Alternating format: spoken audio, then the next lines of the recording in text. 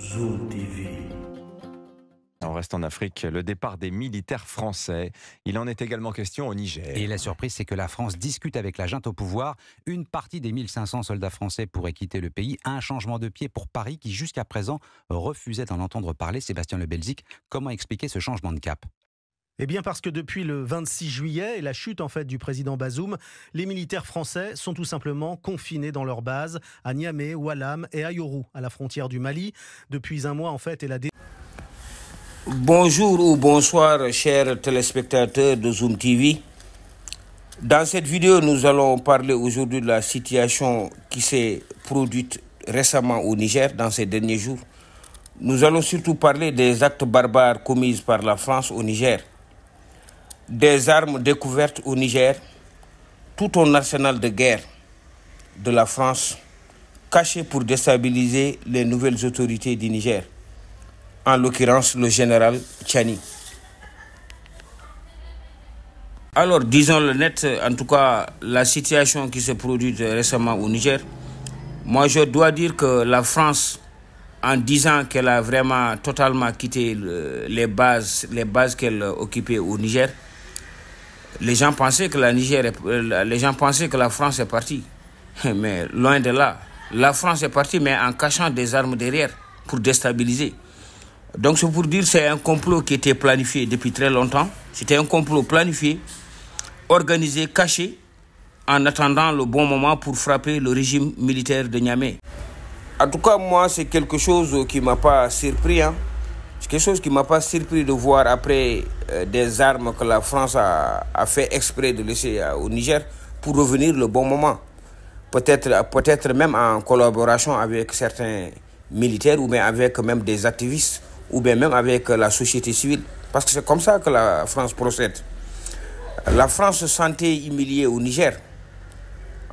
Lorsque les autorités militaires sont venues et puis ils ont revu tous les accords de défense entre eux et la France, ils ont revu aussi les contrats miniers, tout le monde le sait, c'était une exploitation, c'était de l'esclavage entre la France et le Niger. Parce que la France pompait presque depuis des siècles l'uranium du Niger pour en tout cas servir sa production énergétique en France. Parce que toute l'électricité disponible en France, la plupart du temps, était produite à partir de l'uranium tiré au Niger et à des prix en tout cas désolants. Donc c'est normal. Et je dois dire que le Niger, beaucoup de gens pensent souvent que la France, ses intérêts sont beaucoup plus en tout cas grands au niveau des pays comme la Côte d'Ivoire ou le Sénégal ou le Gabon. Je dois dire que le Niger est quand même un pays très stratégique pour la France. Parce que comme vous le savez, l'électricité aujourd'hui joue un rôle clé dans ces économies de l'Europe. La France, en achetant à un prix dérisoire de l'uranium nigérien, fournissait à ces centrales nucléaires, en tout cas, à un bas prix, donc prix compétitif. Peut-être que l'industrie même française était, en tout cas, bénéficiait, en tout cas, de ce néocolonialisme. Donc, ces contrats miniers étaient surveillés comme du lait sur le feu. Et ça ne date pas de Macron. C'est depuis presque tous les régimes français, jusqu'à récemment avec Sarkozy. Vous avez vu, Sarkozy même a fait un déplacement au Niger pour voir l'ancien président du Niger, Tandian. Et Tandian, peut-être que Tandian a compris, mais à un moment donné, Tandian n'osait pas dénoncer cette exploitation. Mais c'est lorsque Tandian même a voulu revoir les prix, parce que Tandian à un moment donné a dit, mais les prix de l'uranium ont évolué, il faut que la France quand même accepte de payer des prix en tout cas raisonnables.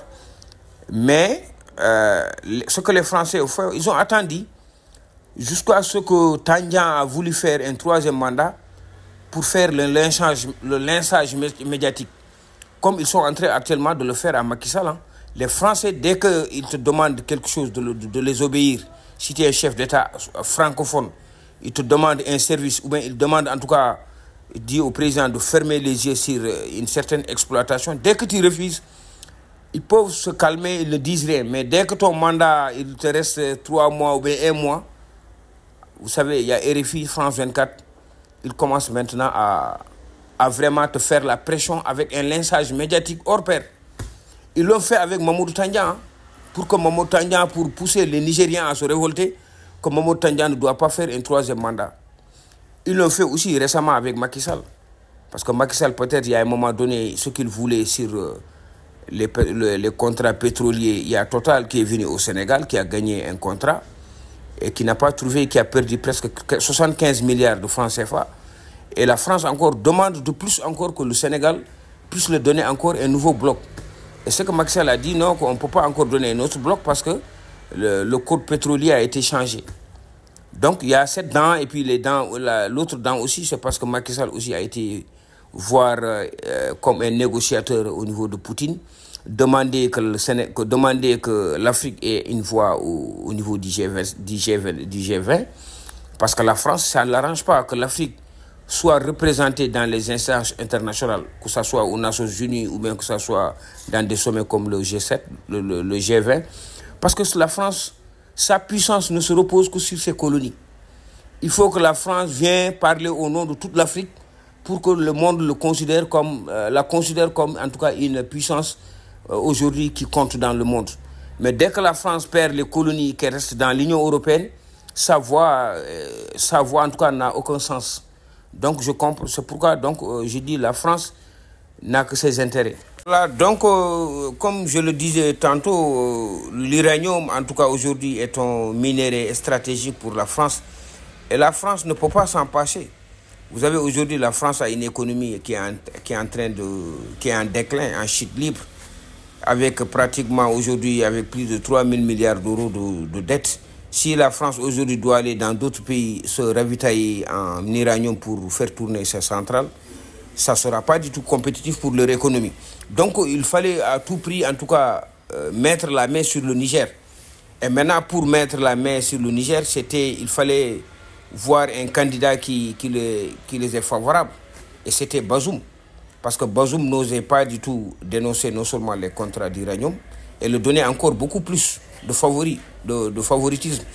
Et Bazoum aussi étant leur pion, vous savez que la place du Niger est stratégique, avec à côté il y a le Tchad, à côté il y a le Mali.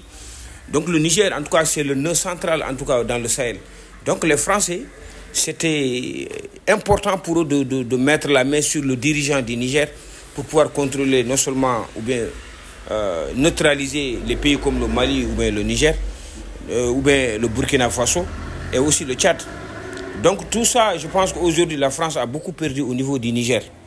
Et ça ne me surprend pas aujourd'hui qu'on retrouve des armes et qu'on organise ou bien on planifie avec la complicité soit des militaires locaux ou bien avec même des forces occultes pour déstabiliser le Niger. En me réveillant ce matin et en regardant en tout cas la télévision nigérienne, j'étais vraiment en colère. Comment la France en tout cas joue à ce jeu dangereux, en tout cas laissant des armes dans ce pays et puis qui n'a fait que en tout cas revendiquer sa souveraineté. Et ça, je dois le dire aux autorités nigériennes, c'est de redoubler toujours de la vigilance. Car la France, en quittant le Niger, est un animal blessé, humilié, et prêt à tout moment, pour détruire le régime actuel, qui lutte pour sa souveraineté.